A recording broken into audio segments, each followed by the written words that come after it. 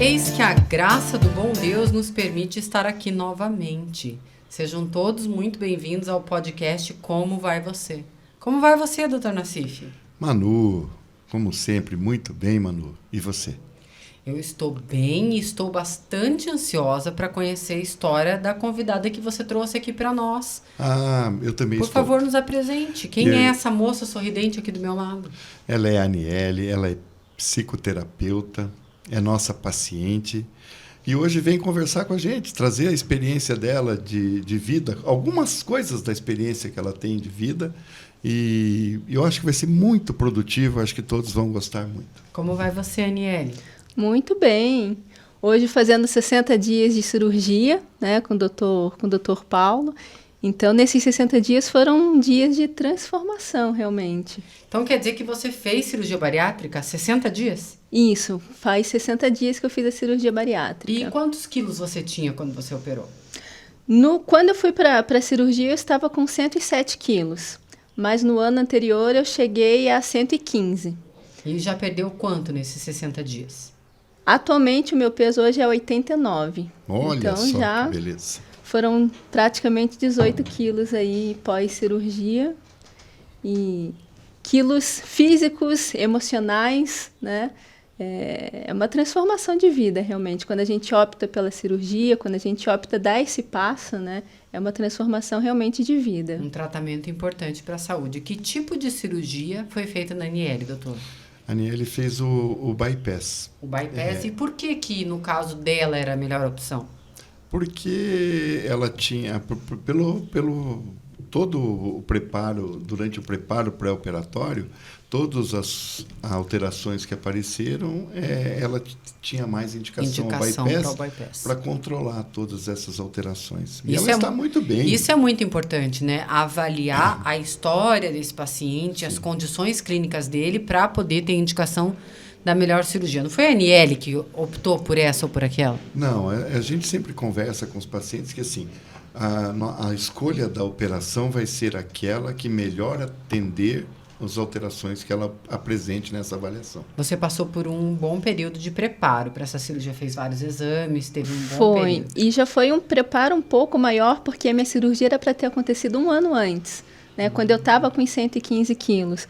Mas na semana da cirurgia, o plano acabou negando a cirurgia porque tinha os 2 anos de carência por obesidade ser considerada uma doença pré-existente, né? E na época eu não me toquei que obesidade era uma doença na hora de fazer o plano e não me atentei pela questão da carência. Eu associei, né, a carência do plano a 1 ano. E depois, e aí é algo que a gente percebe, vem trazendo para a consciência também, né, a questão da obesidade como uma doença, né? E muitas vezes a gente enxerga a obesidade apenas como, ganhei uns quilinhos a mais, estou um pouquinho acima do peso. Estético. Ou como um padrão estético, realmente. Uma situação que incomoda, mas não uma situação que te chama tanta atenção em termos de gravidade. Exatamente. Naquele momento é que caiu a ficha de que, sim, eu tinha uma doença, né, pré-existente e que precisava ser tratada de uma forma mais assertiva e intensa. E né? você acredita que esse período a mais, esse 1 ano, também foi contribuinte para a tua vida no sentido de preparo? Eu acredito que sim. Na verdade, dentro desse 1 ano, eu fui trabalhando questões físicas, com alimentação, com todo o acompanhamento da equipe também, com o endocrinologista, nutricionista, né? Cheguei a eliminar 15 quilos dentro desse período de 1 ano antes da cirurgia. E aí depois acabei pegando Covid, broncopneumonia, então tomei corticóide, muitos remédios, acabei ganhando peso novamente, porque daí parei com a atividade física nesse período também. Mas eu acredito que foi um preparo, sim, porque, como eu falei, antes eu não olhava o meu ganho de peso como algo relacionado à saúde ou à doença, apenas no sentido de, os níveis de colesterol, triglicerídeos estavam normais e o que incomodava mais era a questão estética mesmo.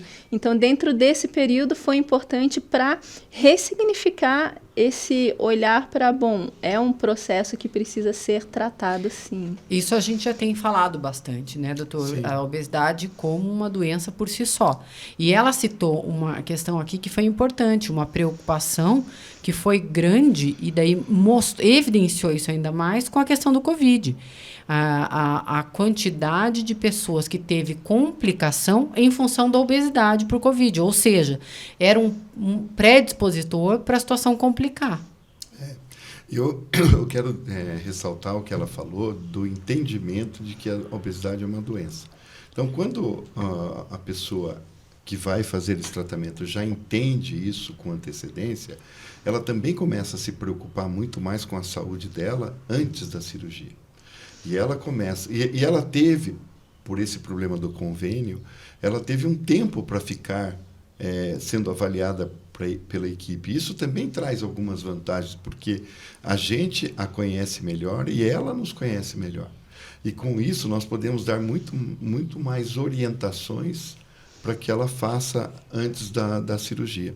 Então é muito importante. E o Covid, sem dúvida nenhuma, as pessoas que têm obesidade tiveram mais complicações. Quando a doença de Covid enquanto do grave. Teve a doença por quê? grave. Por causa de uma questão inflamatória geral do corpo? Sim, a obesidade é uma doença inflamatória. E isso... Todo organismo responde diferente. Tem uma resposta. Porque é um fator predisponente. Já é uma doença como a obesidade. É uma doença inflamatória. E as agressões ao organismo inflamado respondem de maneira diferente. Então, foi muito importante. Um organismo muito mais debilitado. Né? Graças a Deus, no Covid, eu peguei Covid 2 vezes, mas as 2 vezes que eu peguei, uma antes da cirurgia e uma após a cirurgia. Foi as 2 antes da cirurgia. Mas eu tenho certeza que também foi um fator preocupante quando você foi um fator preocupante, ainda mais porque eu tenho bronquite asmática também, mas graças a Deus eu passei assim, passou bem, tranquila, com um pouco de falta de ar, mas tudo dentro do esperado, normal, assim, nada. Então ela ainda tinha bronquite como um outro fator que pode ter obviamente pode não agravar, como no caso dela não agravou, mas daí as chances são maiores. A gente não quer brincar com chances maiores. Ela também não teve um Covid de grandes proporções, que teve comprometimento pulmonar importante. Não, e ela não tem uma idade avançada, que também poderia ser, né, uma questão importante nessa questão. E aí eu fiquei sabendo que desde que você operou, você tem feito um diário digital da sua rotina pós-cirurgia. Me conta essa história. Não, mas eu só quero dizer que eu achei muito legal isso. Muito legal. E nós vamos aprender muito com ela, com esse diário. Com certeza.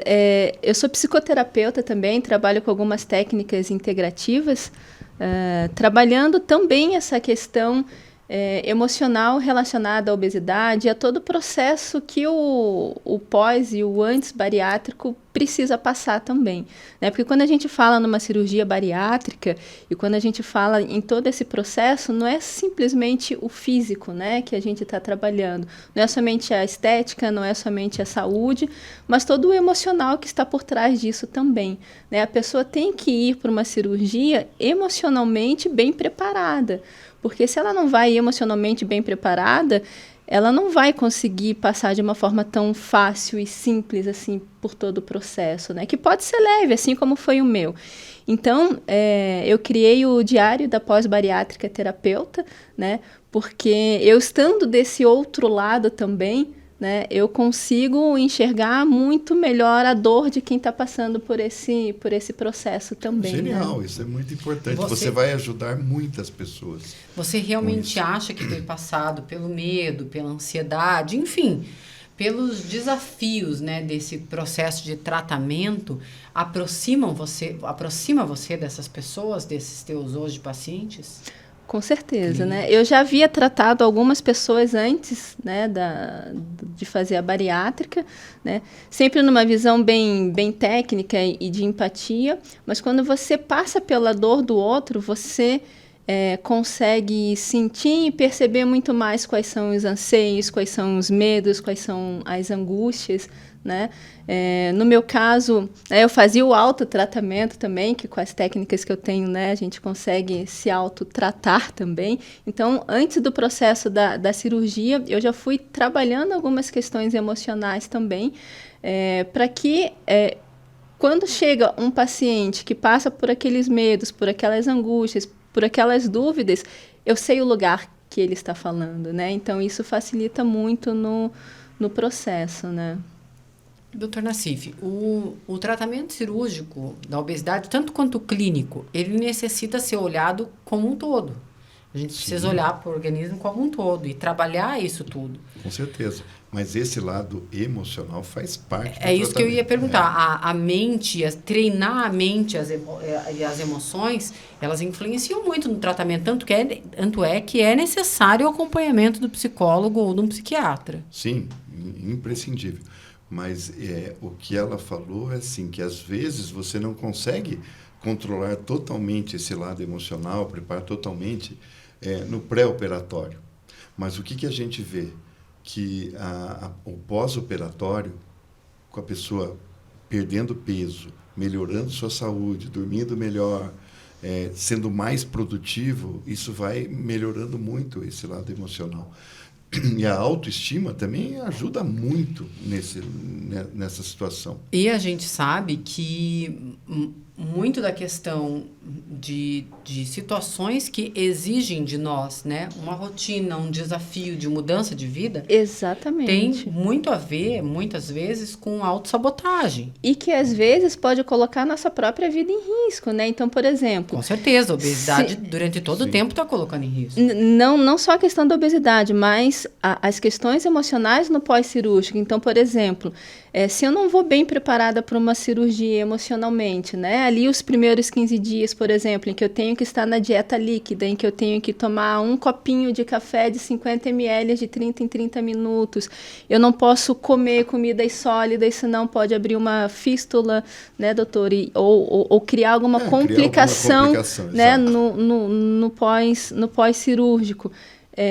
Eu tenho que estar emocionalmente bem preparada para isso, porque, por exemplo, no primeiro dia, quando eu cheguei em casa, foram me visitar, viemos te visitar, trouxeram churrasco, um monte de coisa para comer, né? E ali eu não podia, de bater no né? liquidificador, só. E eu não podia comer. Então, por exemplo, muitas pessoas, quando ganham peso, o peso não está só associado à questão física em si, mas, por exemplo, está associado à questão de uma fome emocional, né, em que a pessoa come compulsivamente, não consegue ter esse controle. E aí, a partir daquele momento que você fez a cirurgia, você tem que ter esse controle. Você vai olhar, você vai querer comer, você vai sentir vontade, desejo, e você não pode. E é interessante porque esse é um treinamento também para um padrão de vida de que a gente não tem como fazer só aquilo que a gente quer, só aquilo que a gente tem vontade, comer só o que tem vontade. E a gente vê que muitos pacientes ou muitos obesos, eles são sedentários. Mas não só por escolha, muitas vezes é porque eles não conseguem fazer exercício físico, porque sofre o preconceito, tem a brincadeira, né, de que o povo que vai, o pessoal da academia, ou são os que não precisam, ou aqueles que não adianta mais. Sim. Né? Mas assim, é porque realmente, muitas vezes ele sofre preconceito, às vezes ele não consegue se exercitar, e até mesmo fica num risco maior quando está fazendo exercício físico numa obesidade grave. E essa mudança de vida tem que passar primeiro pela consciência, pelo entendimento. Mas eu acho que isso também a gente tem que usar assim, não é só na obesidade, né? Todas as pessoas têm que fazer, mesmo não sendo obesos. Então, essa mudança de hábitos de vida, para você ter uma vida saudável, ela parte do princípio que você pode ser magro, você pode ter um sobrepeso, uma obesidade leve ou uma grande obesidade. Todos têm que ter essa iniciativa de mudar para melhor os seus hábitos, para que esses hábitos novos tragam mais vida saudável. Fazer aquilo que é necessário ser feito. Exatamente, mas essa conscientização de que obesidade é uma doença faz toda a diferença. Com certeza, porque aí você enxerga que o teu risco de morte, ele está muito na sua frente. Exatamente, aí é questão de escolha, né? Só que muitas vezes a pessoa não vai conseguir sair daquele lugar sozinha, né? Vem as questões de dificilmente, autossabotagem. por isso que a gente fala muito sobre o apoio familiar, sobre os amigos. E aí tem essa questão que você falou, autossabotagem. E vem muita questão de crenças também que a gente internaliza e que vem para um nível da inconsciência, né? Então, cerca de 95% dos nossos comportamentos são guiados pelo nosso subconsciente.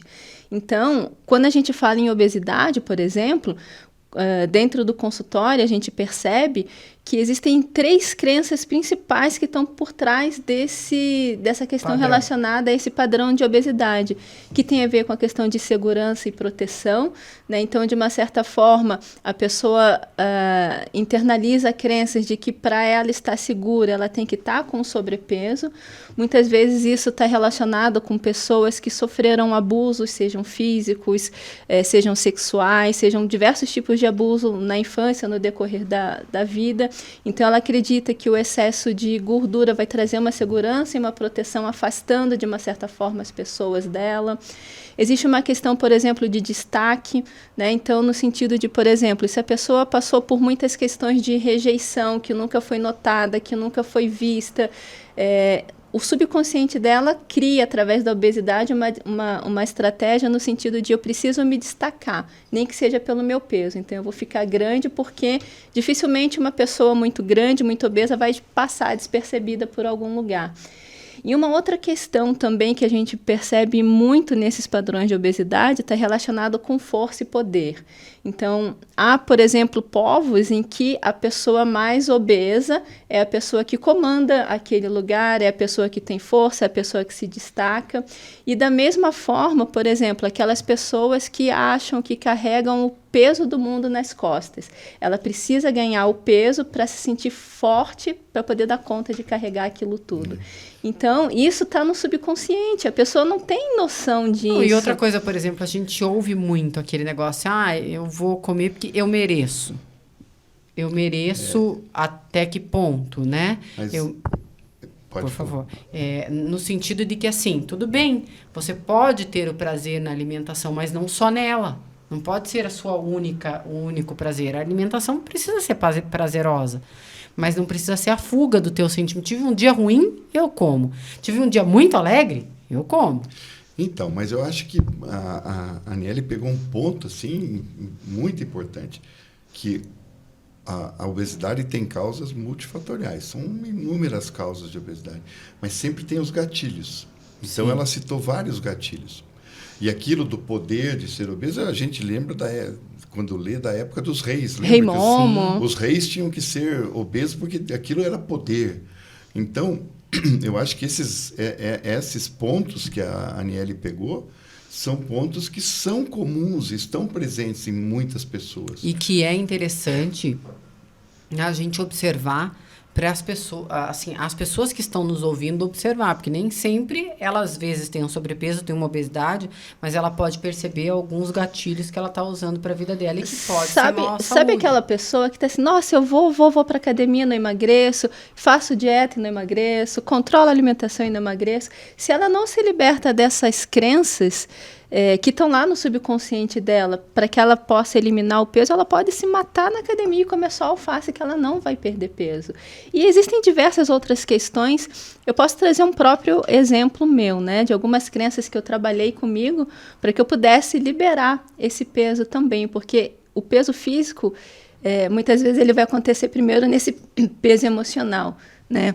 Uma outra questão muito comum que a gente vê dentro da questão da obesidade, por exemplo, é o sentido de pertencimento à família. O quanto isso é comum. Então, assim, porque eu me lembro do bolinho gostoso que a minha avó fez, ou a reunião de domingo que precisa estar todo mundo comendo, né, junto. Então, uma das crenças que eu trabalhei em relação à obesidade, para que eu pudesse me preparar bem para essa eliminação do peso, né, quando eu era criança, em torno de 1 aninho, um pouco mais, isso os meus pais sempre contam a história, né? Eu era muito magrinha, né? Eu sempre fui muito magrinha, assim.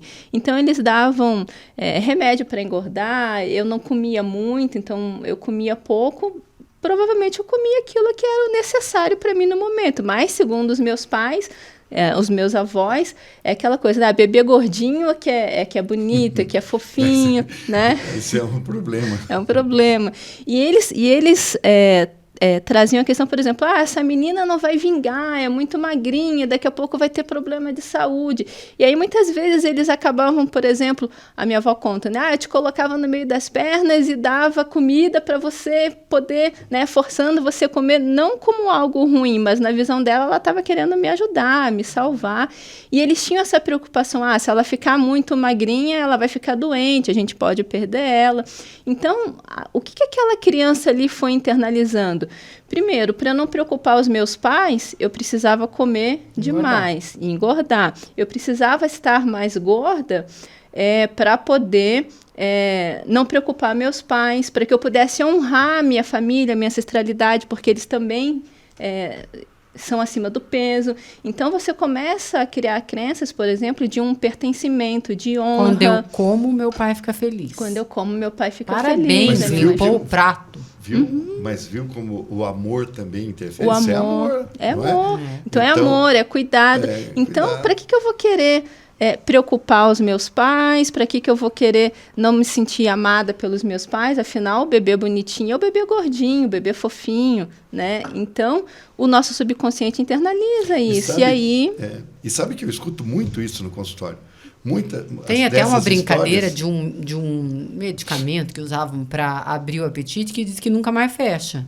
Tomou uma vez, vai passar o resto da vida. Eu tomei. Mas muitas pessoas vão acompanhadas da mãe na consulta e as pessoas, as filhas, né, no caso, contam essa história. Não, porque minha mãe A culpa é dela. A culpa é da minha mãe. Ela me encheu de comida lá. Eu falei, te encheu de amor, mas aí... Aí tem que cuidar também, porque quando eu jogo a culpa só no outro, eu estou tirando de mim, né?